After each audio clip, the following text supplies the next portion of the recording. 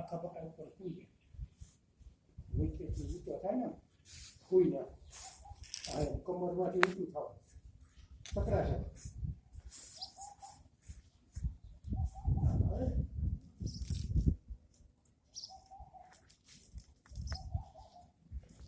પછી આટલું કે